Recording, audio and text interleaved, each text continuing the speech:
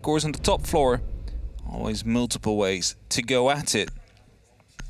First though, operator bans. What will be removed and what kind of an impact will it make? The Sophia gone is an interesting one. That is not just going to be potentially a counterban towards, Rogue, but also has 2 impacts and 2 lifelines. A lot of utility. It's a removal that can sort of scarp a lot of things. Obviously, we've seen that she is about to go through a little bit of a remodeling as well. She's sort of come into a big blow of force, and they're trying to find the balance there. They're trying to find that sort of, how can we get this all threaded together? How can we build this to something that can, I guess, not be as prevalent? And removing it at the minute in a current state, that can be something that really does, I guess, pull some punches away from a potential quicker attack. In the meantime, we have Thermite and Mirror removed as well, and the Valkyrie will now be taken care of as well. So, Valkyrie understand the black eyes that are being tossed out can be very powerful on a map like Oregon. Very often we do see runouts. Often, cameras hidden inside of the school bus, but also on the outside, just around the stage area. That gives us a set of operators that are no longer needed. And we do see Crying on the Rogue now. So the Sophia's gone. That means you still need the explosives to deal with potential shields or with verticality. And the Ashe will be brought back out. Ashe and Flores, both operators that basically completely absorbed the pick rate of Ashe in the past. But yeah, well, with the Sophia ban, you'll have to bring it back.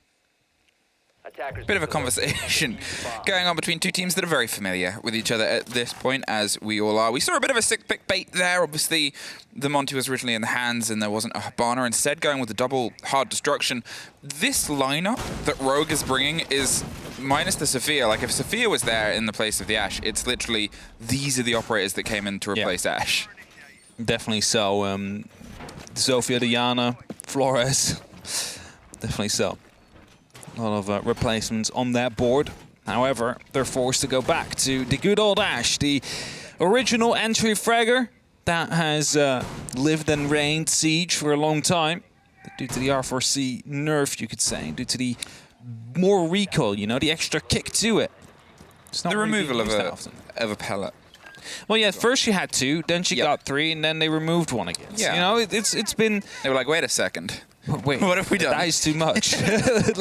Yeah, and now, obviously, Zafira, as I said, she's going to go through some changes coming up as well. So it's sort of seeing where that will... Iana will go next instead. But the pressure starts to come around the backside of Shower. Steady droning. They can't quite get the handle. What is that picture of Crying? That is amazing, and I'm assuming... No way! We didn't have the player cam, but to be honest... I'm not mad. This is just as good. This is definitely just as good. What a great picture that is. As we head back to not Crying. To say, oh, here we go. It's just entry figuring. No, not really entry. Just trying to clear out the top part, trying to find some control and setting up some verticalities. Whereas the side of NaVi active around the kitchen corridor, active around the freezer stairs, and potentially even meeting. There's Rogue that needs to clear them out, and needs to clear them out very fast. As Crying here, we're spotting a player going down from the big tower. It's a very spread out approach here from Rogue. They're all sort of, oh, goodbye, being a little bit on their own, and this is the problem with that now. There's nobody that's instantly able to get the swing on the far approach that Crying was trying to get across the top here. They're focusing their attention around meeting, and I guess they've sort of said, right, well, we had a body on Attic, and they might think there's a second coming, so they're still going to pull away. They're not going to try and stick there in the meantime, but with Blur still buried around this sort of spot, with that staircase still a big part and possible of rotation. Oh, if this has gone unchecked, it's not been droned. This could be a bit of a disaster. The drone is on the back boards. They're focused on something entirely different. Blur, you just have to press Q right now and lean to your side. You see ahead. Is this trick of discipline right here? Leon Gates will fall back. Blur is still in here. They have no clue. He's just waiting for the right moment. He might be even waiting until they go for an eventual push. There he goes. Stands up now. Picks up the kill. Drops down the hatch. It's an assassination from Blur. With great trigger discipline. And now the rest of Rogue is like, what just happened? Where did he go? Where did he come from? As a grenade's being tossed in secretly, will be forced to fall back. But not dealing enough damage to make it a threat, really. Wow, they're still able to sort of long-arm some utility towards the approach here. Freeze is going to start to be collapsed. Great take from Leon there as they're kind of getting a bit of control, but you look at the fact that there's 20 seconds, they've sort of constructed themselves. I don't think they're confident with the Reebox control, so instead they're just going to try and strong arm their way through. Another canister pops, as does Doki, swings on that opener to the backside of Freezer, cools them off for the second there, 10 seconds. Just Aces trying to find his way back ground, but with only a handful of seconds and not much else to your name. There's not much else that you can do at this moment in time. NaVi take the first with a hold where they very much punish Rogue's mistakes. Definitely so, and it's just a small miss drone, you could say, and I get it, it's not really a spot that you would normally drone for. Who goes prone right behind the sandbags, you know what I mean? Like, it barely happens. It almost never happens. I can guarantee you, though, that a lot of ranked players will now use it. They'll be hiding themselves inside of there, hoping to be able to pick up a kill. So, better start droning that, everybody, as NaVi managed to pick up a great kill on the back of it, wasting the Hibana. And you might be wondering, okay, well, but the hatch was already open, like the job was already done, but it's still some Excaliburs that you can use to create extra angles, to, well, waste the Iruni laser gates as well, the Surya laser gates, because you have 18 of those pellets, and you can shoot them in 2 per time, so that means you theoretically could have 9 charges of it, of 9 shots rather. Up to Dorms. Up to Dorms we go. Frost is on the board, and that'll obviously, you know, that sort of shield, the 1.5. Saves was one of the first people that, when that change got made, swung onto it, and then, you know, when it was still a little bit cool, a little bit fresh, a little bit new, said, well, it's a 1.5 on a pretty good gun and a shield.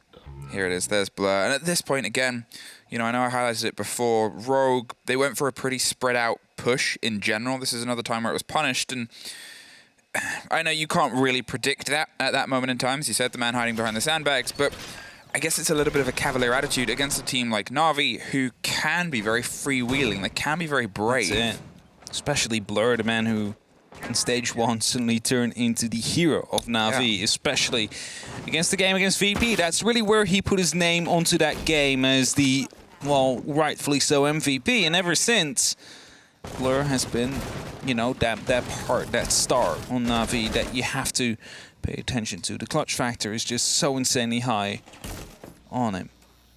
And as now NaVi are trying to hold off passive angles through the Surya laser gates, it's Nave that will have to take care of a drone as he tries to rotate out from the basement. Secretly with the open wall here, could be challenged. They're just going to try and find the angles. They're just going to try and find the gunfights. And it scares Rogue off a little bit. They might not be as confident as they normally would be. Blur gets the kill onto Doki. Corey, I must say, that is the diffuser dropped as well. And that means they need to go and recover that. It just costs you an extra 10 seconds, but it's 10 seconds that you cannot use elsewhere. Well, there's Leon getting a little bit of revenge, and I prefer this sort of setup and stack here as they try and dig their way across, but secretly likes it quite a lot too. Rips tears his way back round onto the walk-in. That's that kind of nightmare about this opener, is you never really know. They're going to treat it like a very dangerous ring around the roses and make sure that they can sort of get those width, that swing, and that's why they're steadily using these drones, just to open themselves up a little bit more of an angle. They can play a little bit safer from those armory stairs. They can sort of try and drive their angle. They have a minute 20. They have a lot of time to try and formulate it, but so do NaVi. You can see Nath has come all the way back up from being on the freezer stairs to make sure he can offer some support from the top of white. They've sort of got the idea, okay, this is where the push is coming from, and as Flores tries to steadily burn away a little bit more utility, they're just gonna actually be in a bit of a tricky spot. There's a pop, there's a spray, there's saves, and there's a take on Aces. It's always a bit tricky when you have to run back over the Retiro. You never know if it's going to be blowing up just in time to catch you, but plenty of time here for the run back as Crying, aware of the fact that he's being shot, gets a beautiful shot onto Saves, brings it back to a 2-on-2, is getting shot from Kids, has no clue. However, 2-on-2 now, it's passive angles being held by both the NaVi members, and that's all they need to do, really, because they need to start pushing through at some point. If they want to go for the plant, there's 2 players that can just swing out to a very low HP Crying. The bulletproof is gone. That was causing a lot of issues from that trophy door swing, and that's the thing about this take now. But Rips from deep is able to take care of one. Nath yet again is going to try and reposition and reformulate in a place to try and put some punishment back in, but they seem to have a bit of an awareness. With only 10 seconds, though, they need to try and get this diffuser in and covered. If Nath can pull one of these 2 bodies out of it, which he's almost able to do there, finally, and the diffuser goes down with it too, but Rips is in the right position. Rogue restructuring themselves on that approach and making sure that they have the cover to get a bit of revenge that otherwise NaVi were able to fly unpunished previously. A lot of the shots missed there onto the Ashe, who was quite low on HP, you have to say. Really should have been the kill coming out a little bit earlier. Wasted half the magazine and thus had to go for that reload, which basically forced you out of a position, allowing Rips to go for that clutch, allowing Rips to go for the final kill. And then suddenly that 3-on-2 situation for Rogue turns into a 1v1. Or 1v2 rather. Which they almost managed to win, but really shouldn't have went the way it did. And NaVi will choose to run it back. They again are going to that top floor. Now, for everybody watching at home, what are the stakes of this matchup? NaVi is currently in the top 4. And I think they would like to stay there very much. I mean, you would assume so. You would assume so, you know. It's just think that's where they want to be. Just a trip to Mexico, to get some extra aside points. Yeah. Luckily for them, they already managed to win stage 1. There was no major then, there was no playoffs, no finals, and that means they just got a straight up 510 aside points. So they're already sitting pretty good. If they manage to get into that top 4, they will fight at the major for 225 points plus bonuses. So that would even put them up higher, and I'm not going to say it already confirms them for SI, but it at least puts them in a really good spot. Puts them in a great spot. They really want to make sure that they're not dropping out of the top 4 here. And they are the team that is unfortunately on the edge right now. 12 points is what they have. Vitality is shortly following up with 10.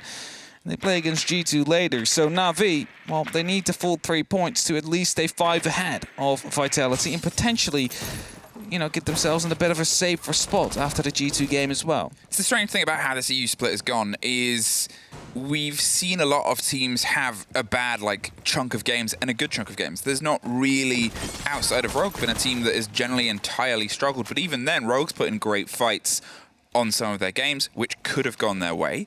They were able to get to OT a couple times as well, and, you know, it unfortunately didn't go their way every time, but still, in a league that's still this competitive, in a league where you're still having what is one of those top 4 teams that's been pretty steady versus that team that's currently on the bottom of the board, this early, they're sort of still testing each other. They're growing into each other, growing into this game.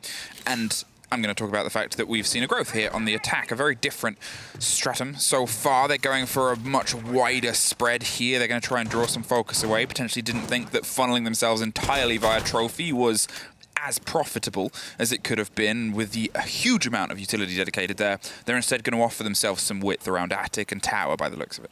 Definitely so. As he rotates, coming around, Doki just in the armory hallway, has that shield to use to fall back. In this flashbangs are being tossed out. It's just a bit of cover for Aces to start repelling into the armory. The pressure is coming in from the highway as well. There's an RC Retiro just waiting around the corner. Skyne is receiving a little bit of pressure, will be taking care of the default cam, but the information will already be given. Doki has fallen back into the attic now. This is jumping from the Gemini replicator. Of course not going to be jumping in with the real deal. ADSs are picking up some of the S charges though, and now Kryne is waiting a little bit. That could be dangerous because if it's more than 10 seconds, that ADS will recharge. Well, Secretly's reinforced the walk-in wall there and made sure that it's re-jammed up. They've realized that a huge amount of pressure's coming through. Yep, doubled down on a mistake, and unfortunately it cost them in the end. But look at this, Aces has just dragged himself through right into the core of Trophy here, surrounded by the dead animals, so he probably doesn't want to stick here too long, but he also doesn't want to turn into some of the taxidermy that's otherwise decorating the room. Corey has a long angle towards the kid Storms. He's looking to see if anybody swings. He's trying to apply that back pressure, but one of the changes we see here right now from NaVi is they have a body underneath still at this point in time, and they've brought everybody back round, but we still have Nath playing with only 10 seconds left. It's going to be Blur that opens it up, and they know that Rogue has to try and throw themselves in. Rips and Doki find one apiece. Doki caught underneath. Suddenly, just Rips left yet again, and not for very long. It was a bit of a team kill there. Yeah, where did that come from? I'm wondering. I suddenly see saves tick out Blur, and I'm like, where? Where did that kill come from? Either way, it doesn't really matter too much. NaVi able to pick up their second round, and with that, continue to be in the lead. Now, it is Oregon. It is as per usual, and I'm gonna, I've been saying it all stage 1. I've been saying it all stage 2. I've been saying it the entirety of 2022. 2020, I must say. 2022. I was going to say, you haven't said anything 2022 yet. See, listen, maybe I'm from the future, because the future is now. The future is now. Sometimes you travel back. If any of our team here was from the future, I think you would be a good contender. Would that be? It would be you or it'd be Ace, I think. Me or Ace? Yeah, I think. Maybe both of us. Wow. Who knows? Is this like Terminator 5? It's a way less exciting Terminator. What do you mean? These games are exciting. No, I mean if you two came back in time to, I don't know, are you here to protect us or here to kill us, or you never here to know just cast with us? until maybe we are here to cast, but it is our second identity to secretly protect the world from all evil beings that are Well, I'm glad on the way. I'm glad you make time. No worries. Anyway, you were making a point before I threw you off. Yeah, I have no clue what the point is about. I'm sorry. It was what you were saying about Oregon. Ah, yeah, defense-sided. There we go. So 4-2 split is what NaVi is looking for. With 3-3 could still make do, but yeah, you really want to put up 4 or maybe even 5 rounds to set yourselves up very well for that second half. Look at that in the top left. Is there one? NaVi lost their last game, didn't they? And it wasn't a good game that for was them. a That was a very bad 7-1. Vitality sort of stormed the boards against them on club, but other than that, that solid streak of wins, it's something where, okay, on paper it doesn't look great there for Rogue, in that it's just a swing of losses. But as I said, they've gotten close. Hey, secretly, he's making sure they don't get any closer. There's 1, there's 2, there's not quite 3. Corey and Cryan are able to get some revenge and bring themselves back in. They end up on the positive here. That is now a 2 versus 2, though, with Doki still having the angle from the hatch above, sprayed down through that gate and made sure that nobody got any closer. Leon's a bit concerned. With Blur dug in on the close corners here, he has all of the utilities to try and get the pocket pressure. It's the spray round and the push onto the pillar. As you said, great call and great play there. It's an Ash between a rock and a hard place. If a rock and a hard place was Doki and Blur, the 2 absolutely monumental fraggers who have been the driving force of NaVi for a bit of time now, and it's a dangerous fight to find yourself in. Rogue tried to go really quick here. They lost some on the approach to manage to find 3 back in the result, but now Cryan, the last man standing. 1 minute 40 on the clock. It's plenty of time, but 24 HP. He's not really something he'll be looking forward to, well, try and clutch this out with. A single bullet of any of these 2 will take him out, and Doki gets that kill. Well played, and you might have heard me say, you know, like, oh, well played, but that was due to the fact that Blur pushed up at the moment that Doki took care of the flank drone above. He shot that flank drone at that moment as Diana was worried, because the flank could be coming down. You need to start moving in. You need to combine yourself with the teammate that was inside of Elbow, and at that moment, Blur, with the perfect game sense, rotates in, picks him up, and turns it back into a 1v2 situation where NaVi are now extending their lead. It was a bold approach from Rogue, though, you have to say. And, you know, normally we would see a rush like this go and start with either the shot from a Gun 6 to open the door up instantly or a Zofia impact. Of course, Zofia isn't here. It's not really an option. The Ash charge deals a little bit more damage if it explodes. So instead, they decided to go for something that we really haven't seen that much yet. 3 people knifing the barricade at the same time and trying to push in from there on. However, secretly too strong.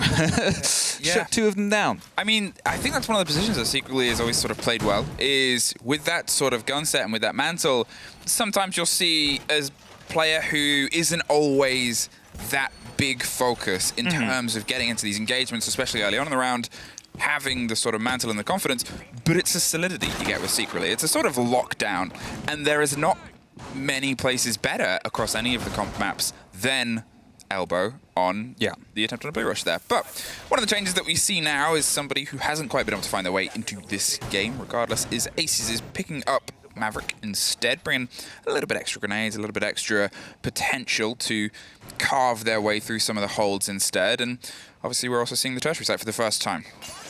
And that is true. That means small tower might be an option that they want to go for. if a player is playing there, it's often seen as a bit of a suicide spot because it's really hard to get that out of there alive if you have been spotted out. Angles will be watched secretly, that's in there. And of course, the smoke, probably, well, a very valuable operator, so you don't really want to lose it, but has a great kit to stall out very long because you have the opportunity to throw out these gas canisters. You can shut them down from the window for a while, and as these grenades are about to be tossed in, I don't think they're going to be bouncing. Oh, wait, they're going to do it through the upper part. That might actually land in place. But not quite close enough, and secretly will live for now. The second grenade will be used and caught by the ADS. Of course, wouldn't have damaged him whatsoever, but still nice that the ADS will stand for now, and Ace has only one grenade left, that's all. They already used 3 of them.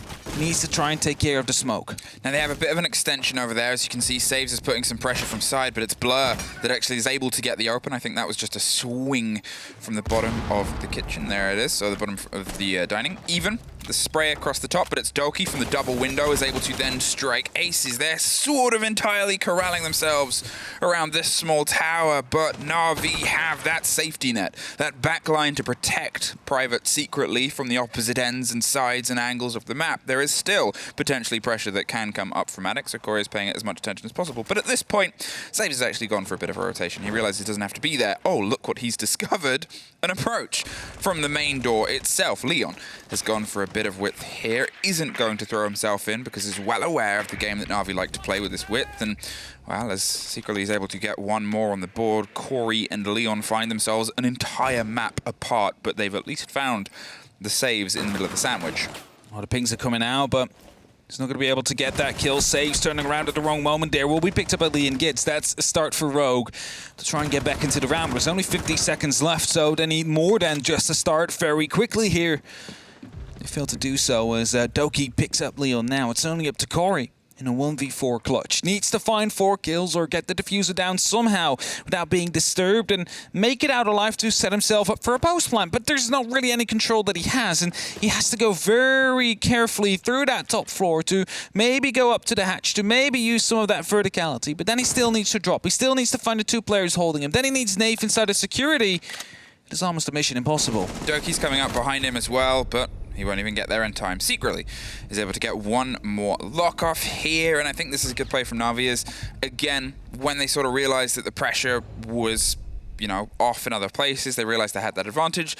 Sure, you had Doki going for this big potential flank, but you look at the fact that there's 20 seconds left. The rest of them secretly had come back down from small tower. They'd restructured themselves around the site itself. They've gotten their 4th defense across the board so far. As you said, statistically, this is a map that does lend itself well between these two teams. So well set up as well by NaVi. Like, statistically favored, yes, but the way that they managed to set up that site, one person inside small tower, that is going to be like, hey, there is one singled out. Got to get rid of him. All alone, we can get him quite easily, you know? Like, you just have someone at the bottom. Theoretically. You cannot jump down. We try and throw in some grenades.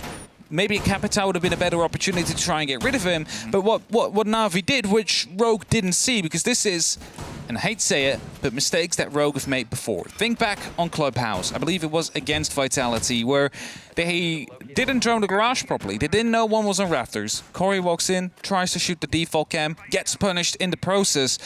After that, they try and take care of a freebie inside the strip, but forget to drone wet stairs, get punished for it. They have a plan. They know who they want to single out, but they do not get the surrounding information that is necessary to act upon it. Because Doki, as you said, on that main window, on that double window, able to take out 2. One in the attic or one in the tower, able to provide some support as well. Like that, both those windows are covered off. Secretly, he's basically safe. And at that moment, everything is revolving around him. He is the one that needs to stay alive, and everything is there in place to protect him. Yeah, it's one of those sort of holes that you want a desk team to throw onto the telestrator and start drawing lines and be like, this is what they see, and this is why they see it, and this is why they do what they do. But there's also one thing that is always tougher to sort of organize in terms of all of this, which is just getting in on these firefights. The fact that obviously Doki, who we've already talked about, has these fantastic games and found so much more solidity. He's currently sitting 8-1. He's happy to swing into all of these firefights, whereas at the same time, some of these familiar bodies, like Cryan, like Aces, haven't quite been able to find their way in on the same regards. Corey, though, in the meantime, is able to get rid of the aforementioned player, and it's a very big take. But you also still have Blur, who's having a great game so far, and secretly, as well as stepping into this aggression, you still got to try and remove the structure, and that's the pull and the play here. Nath making sure that that drone stays unchecked, but he definitely wasn't. Cryin was stacked on the bottom of White Stairs. They went very heavy with the hold and the protection here. It puts Saves in a very tricky situation as everything else starts to come through on the mantle. It's the swing round from Trophy. Blur is able to get one. They put a lot towards getting the lock off. He's ready to take the hatch, and he opts to before he becomes entirely pressured. Now, secretly, we'll have to be afraid of Rips. He's still playing around here in the corridor, holding off in showers, hoping to catch one off guard, as Blur is going to go for a big flank here. If he's going to be quick about it, he might be able to save the round, as secretly he's definitely, well, occupying him for a little bit, dealing a bit of damage, might have the opportunity of dropping down by opening that hatch, and that provides Blur a bit of extra room and a bit of extra space to start moving with. If he manages to pick up 2 on the top floor here, it's going to be very big for the side of NaVi. See, they're expecting a flank, but they're expecting it from the opposite side. They have their eyes towards the Trophy now. They've got their eyes towards Attic. They've realized that there's been enough time, and again, if Blur goes unchecked, he's almost able, just locks it out. There's one more body, but he's going to hop over to the hatch, gets a free, and is able to slip away. But there is a body that's not too far away. Rips can swing on one side, Corey on the other. They're going to have to time this perfectly if they want to try and pinch this body out of there, but Corey takes the drop. The hatch was open. They find themselves elsewhere. They're waiting for Cryin to get the hold on the top. 30 seconds left. A 3 versus 2. Corey's got himself ready to try and swing, potentially on the close left, but Blur has repositioned. Blur's got himself dug in on the close corner behind a shield. Secretly's pulled away, suffers a little bit on the escape, but Blur, again, if he goes unchecked here, he can swing on Corey. He does. He goes for one more. Can't quite connect it. Finally found him, but you've got 10 seconds and a cold diffuser. They've got to try and pick it up. They go high. Secretly's gone low, but he gives the game away. Cryin just sees the trails and follows them home to a second round. The 2v4 almost clutched out there by Blur and Secretly, but the last one, a little bit too quick on the trigger. Had to wait just a little bit longer for the Ash to completely step through. And now it is Rogue that managed to pick up an extra round, and there is some smiles for sure. But there's also potentially a bit of worry, because they also know they're 2 rounds behind currently. NaVi, the defense was really strong previously when they played this map. Their attacks a little bit less so, but now we get to see what they've learned. Now we get to see what they have changed. Maybe if Rogue have picked up a trick or two themselves as well to make sure that NaVi's not able to push in as far as they might want to, and it all starts up with an opening into Duval on the south, and the game's wall. Seems like a big rotation has been made. The I think that is the eastern side, has been reinforced, so that might provide a long angle. I'm trying to figure out what it could be. Maybe all the way from White through the door, I'm not quite sure, but we do see the openings in Attic as well, just to provide the player behind the shield a bit of cover. Allow them to move on, move through, and provide cover from the bedroom.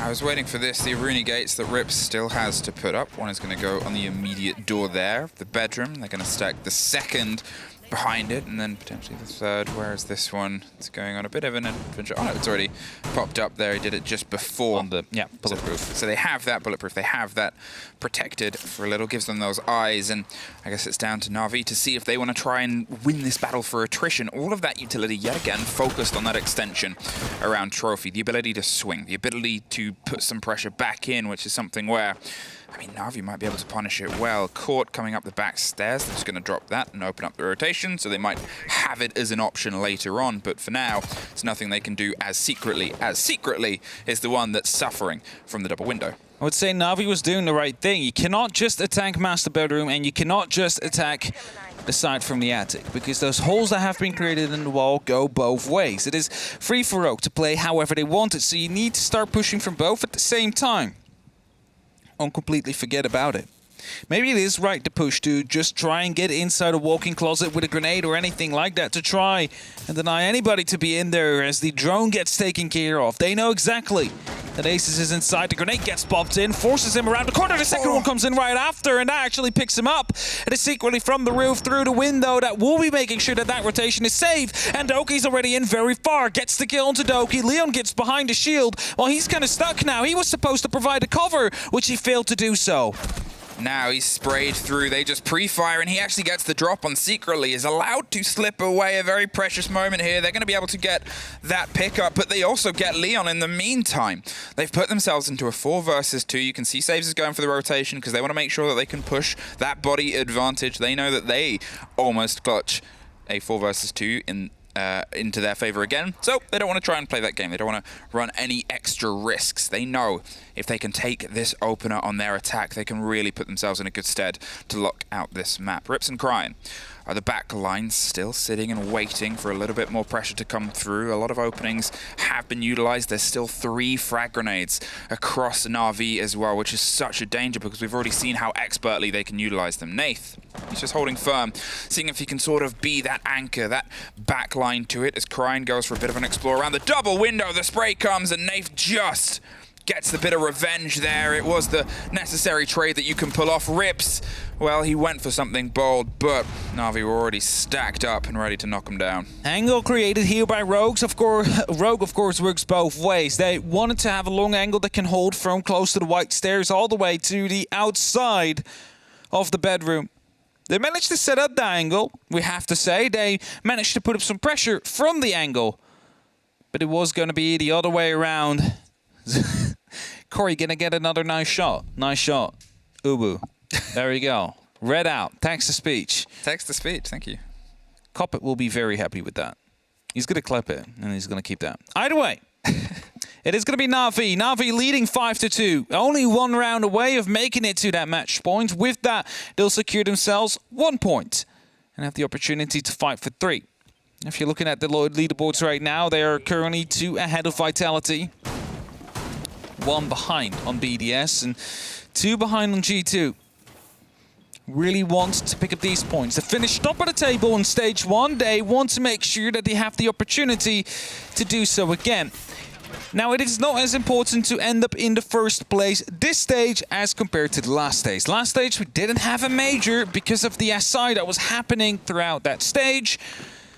And that means that 510 points instantly went over to Natus Vincere. Now the top 4, they all get 225 points, no matter where you end. But you get that spot to the major, and the major is where you get your bonus points assigned to you. The higher you end, the more points you get. That's as simple as it goes. And NaVi, all they need to do is be in that top 4. Of course, you want to go for the overall standings for at the end of stage 3 when we have the European League finals, which were won by G2. You can almost say by a toe shot of Virtue onto BDS in the previous year, but that's too far out. First, the major is on the schedule. That is the first thing they want to lock themselves in for, and whatever comes after, comes after. Simple as it is. Well, what comes first is Doki. Steadily entering here on small tower, going to try and apply some pressure here. They had at least 2 drones whirring and working underneath them. NaVi aren't taking any immediate chances. Blur is above as well, and there's an Echo drone tucked in the corner that's going to give the call as soon as they go for the swing. Potentially want to try and hit and then hit with a swing from Crying here, but they seem well aware, and Crying doesn't want to quite take that pressure as of yet. Is going to let them sort of formulate and stack themselves close. Blur, in the meantime, is opening up the big angles towards the bigger stairs to make sure that if anybody goes for a bit of loose movement there, they have some angles. It's good spatial control here from NaVi. The worry is if, obviously, Rogue try and find a slip out, and that's kind of what they're accounting for. They're saying, well, if they go up tower, we have this angle from here that's going to make them second-guess it. If we go down the stairs, well, we've been able to put the pressure here. The escape of the Echo drone and Crying means that, yet again, they've shepherded them more and more and corralled, and with a minute 30, loads of time to go for an execute. It's definitely loads of time, and I was going to say, Crying, basically, or maybe even the only player that runs Ella Scorpion on this site. What we do normally see is the FO12 on those stairs, trying to take out as many players as possible. Of course, for now, playing with that Scorpion might come in handy as soon as Doki is starting to try and throw up the challenge. From either pillar or from the hatches, it's Rips to go down first, though. That is a very, very crucial pick. That is the Echo now injured. They're not going to be able to secure that kill. It's Crying that picks him up right after, but a new grenade gets tossed in. It's going to be just too late, however. That could have been a double kill if it was just a little bit earlier. But for now, NaVi are, well, finding themselves still in a 5v5 situation. I mean, they're really enjoying the use of grenades, and to be fair, it almost secured them the opening kill twice. Instead, they're going to go for the spray and the swing round. The drop on the E-box is quickly sort of battled back against it. They found themselves with a body disadvantage, the same pace that we saw come through, at least on the execute before, but they have way less time to try and formulate it. Suddenly, Doki is alone versus the rest of the world right now, knows that there's a body close behind the pillar, is going to go for the swing, tries to put the pressure on even further, can't quite get the guessing game together. And Rogue find themselves another round and keep themselves, most importantly, off map point. With that yokai drone, there was no way they were going to be able to win that guessing game. And indeed, as you said, Rogue keeping themselves off match point for now. NaVi, if they would have been able to get the kill down, maybe even a double with that second grenade, if it was a second earlier, that would have been a great double opening even. And completely freeze her under control, maybe more importantly. Now they find themselves at, well, still 5-3. Rogue is starting to creep closer just ever so slightly, but still that 2-round advantage that they have been working with throughout most of the game. As the Thatcher is getting brought out by saves. We're heading to that top floor. And now you might be thinking, all right, but if we were looking at the setup that Rogue has set up before, there was no real need for a Thatcher. And if you're looking over at the other side, you just see that mute. Now, that does mean that there will be mute jammers, and as you can see this time around, Rogue will be closing up the entire wall. It's not going to be creating the same rotation as they did before, and thus the Thatcher now coming in is just going to be tossing in that EMP. X-Kairos will follow up, and the wall will be opened up and create angles for NaVi as they see fit. And of course, the other thing, like, it will also happen on side of the back of Attic. Just a simple EMP is all you need to get rid of that, well, pesky mute jammer. Whereas again, we see that same use of the Aruni Surya laser gate with the bulletproof cam. It is a nice little trick, you know. It's just punch into the wall, make sure that you can put the bulletproof inside, and then you guard it off with a Surya laser gate to make sure that, well, they need to use 2 pieces of utility if they want to clear it. More attention is being paid over to Attic this time as the opener. Previously, it was just Blur. I think it was on the Sledge last time we were here. This time, they've opted for the Nook instead for just this very game. Can I, instead of being detected by the camera they were sat on before, actually creep around? And well, they're able to get rid of it either way. They'll give the presence, but the presence, I think, was already known, and you could sort of see Rogue went, well, let's not play that. Sounds like multiple guns. We're not set up, and we have our setup, so let's fall back to that instead. Secretly is steadily just trying to open up the angles to make sure that nobody is going for something hyper-aggressive here, and well, that's that hyper-aggressive spot cleared off, hopped up on the white box, so instead it allows them to sort of start to play their way across. Blur is sort of opting and acting as the cover to make sure that, well, secretly doesn't get dropped in the meantime. Definitely providing some options here, allowing him to feel a little bit safer, not being afraid of being pushed while he does that work with the blowtorch. Now the rest of NaVi is waiting in the meantime. They want to open up. There's 2 players on their own though. Cryin and Aces both with the Nitro Cell available in hand and are going to be tossing that one up into Classroom. That is Nave going to be losing his life any second now. Yes, you would assume so, but they haven't even tossed up that Nitro Cell. They are keeping them for the late game, potentially to stall out or cancel out a plant. That could be a bit dangerous because that flank could be, well, proving lethal. Well, Blur, in the meantime, moved over to the double window, but look at Aces going over to the small tower. He's going to see if he can get potentially a big blow and a hop out here. He's a player that hasn't quite been able to have the big impact that you would want, and especially in a game like this, Blur would have heard that window smash and especially seen that, and look at that as the spray round, the quick reaction, but it's more focus and more attention that now has to be paid. They're trying to make NaVi uncomfortable, and they've been able to put a couple of scratches in, but all of this is intel of saying, well, we know that they're slightly further away, so maybe we can try and drive ourselves in, push this advantage that we can otherwise do so well. Blur is able to get the open from the double window as the swing starts to come around. Doki's driven his way all the way into the kid's side, gets 1, gets 2, and gets a lot of clarity here. The 2 red bodies underneath are quickly trying to find their way back round. 1 C4 still in pocket, but Nath is making sure that that diffuser isn't in his pocket much longer. Another one tacked onto Doki's tally as he gets the triple on the top of white, and they find themselves with a quad left ahead of them. Cryan has a lot of work to do to see if he can try and pull this back into his favor. And unfortunately, a soft barricade is going to give the intense game away. Doki gets the quad instead. NaVi get themselves on map point. Very well played, swiftly as well, and Blur manages to get a very long kill, you can say, all the way from the big window into the kid's bedroom. Opens up the opportunity, pulls the attention towards himself and allows Doki to move in from the attic. Pick up multiple kills, open up the site completely, enable the plant, and there was only one Nitro left in that case. It was going to be able to potentially find someone, of course didn't happen, but then you still have 3 other players on the site left. They could have easily picked up that diffuser and gone for it, and especially with the barricade that was still there.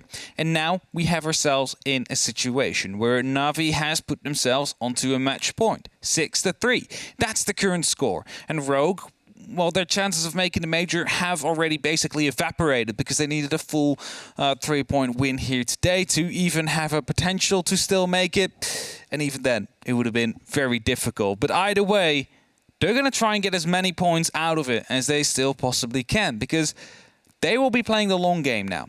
Their stage 2 opportunities are gone, but the yearly opportunities are still there. So these points will still matter. These rounds do still matter for Rogue, just as much as they do for NaVi. And of course, they might be a little bit, broken about the fact that it is yet again going to be a fight for overtime, and yet again going to be a fight to potentially reach a win in overtime. Whereas NaVi, well, they feel themselves setting up and putting themselves ever so slightly closer towards a potential spot in the 6th Major Mexico.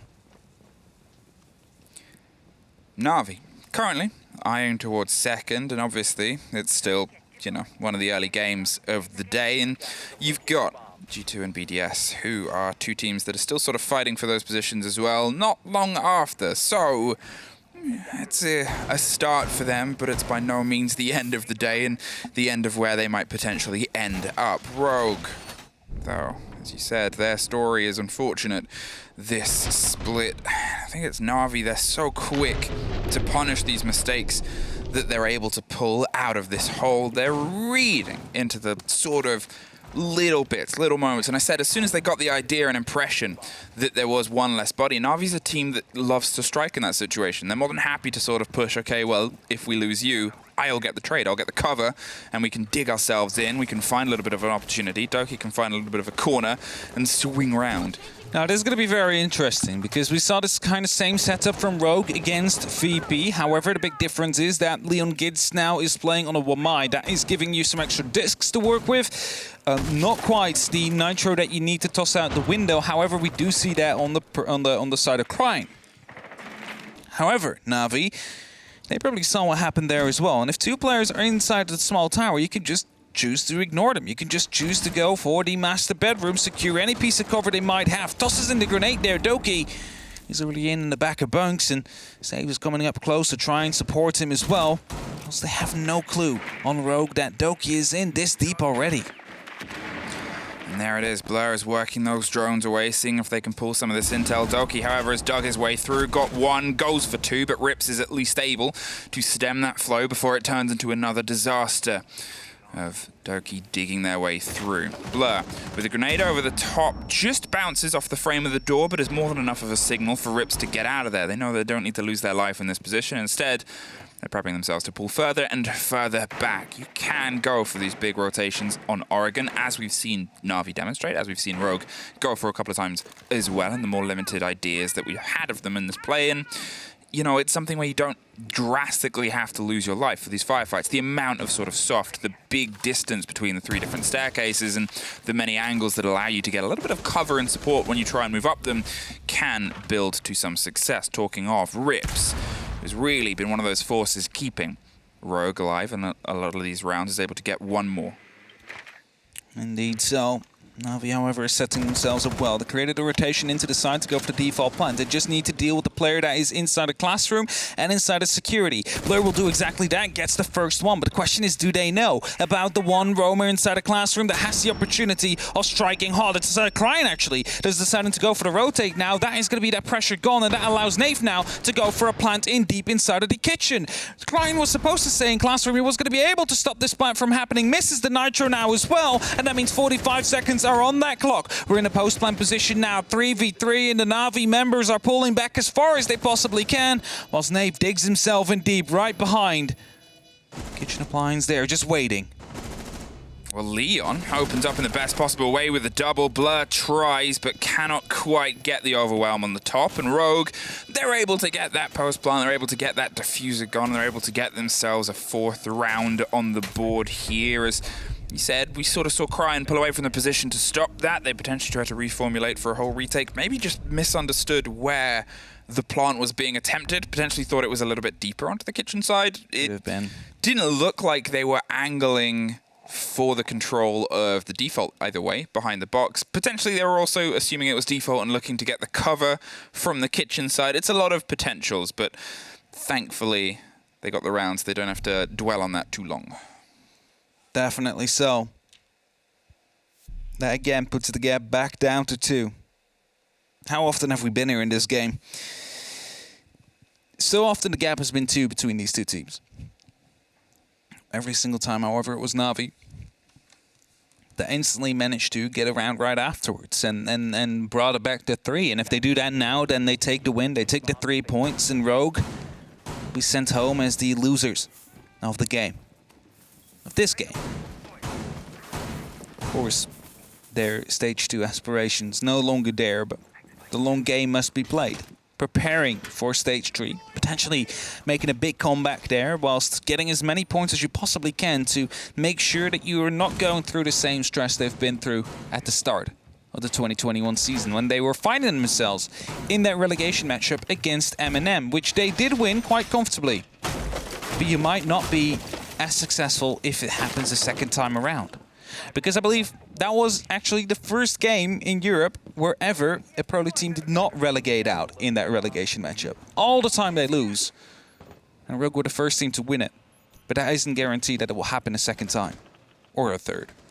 Cryan with a pre-place under the double window, hoping that somebody hops in to try and get some early advantage. Hey, here's 2 people that are looking to try and hop in some windows.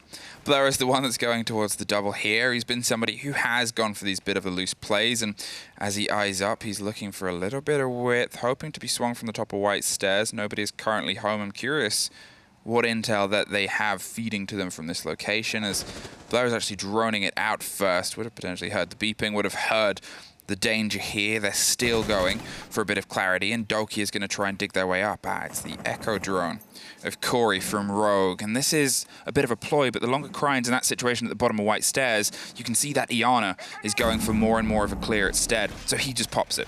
Cryan realizes he cannot hang around there any longer.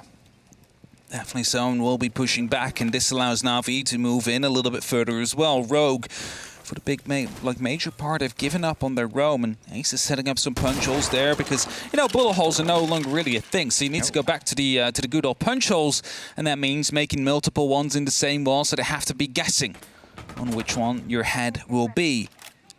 And secretly just quickly sending in some shots. Blur shortly will do the exact same thing. It's again going to be Doki on the back stairs, quickly dealing with a Banshee with that Gun 6 just to make sure that he has the opportunity to move down in the quickest pace he possibly can imagine. As NaVi is quickly going for the final pieces of their setup.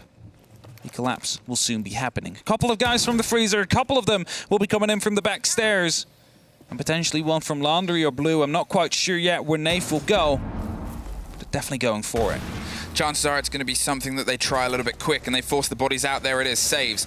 Gets the opener, is able to get the take down those laundry stairs. There's still 6 grenades in the pocket of NaVi 2, a tool that they've been able to utilize so consistently well. They're waiting for the right moment to try and apply that pressure, and here it starts to come. Dropping on the barbs on the default plant spot, trying to isolate Aces, who's gone a little bit further forward. There's the push down the side of Freezer as well, but they punish Rips with the pre-idea of they're going to try and swing this when we go for that grenade. They couldn't get the kill before with the nade itself, and they made sure the adaptation that Rogue tried to apply there was demonstrated poorly too. Now, with that canister popping off, it buys them a few seconds of laundry to focus their fight elsewhere. The grenades are starting to try and shape their way around. They're trying to just drive the bodies back and give themselves a bit of space in the entrance of the flat firefight, and the floor here is crying. Is trying to make sure their landing is rough. It's Doki down the back corridor, drops Doki. 1, drops 2, and with the third coming, a flawless end, a NaVi day. Beautifully played there. Doki able to get those final 2. Even stands up from his chair. Quickly going back down, realizing they got the win. The therms are up, and they also realize that for now they're in the 2nd place of the EUL. They, again, get a little step closer towards, well, not even a little step now, a big step closer towards the 6th major in Mexico. That is what their eventual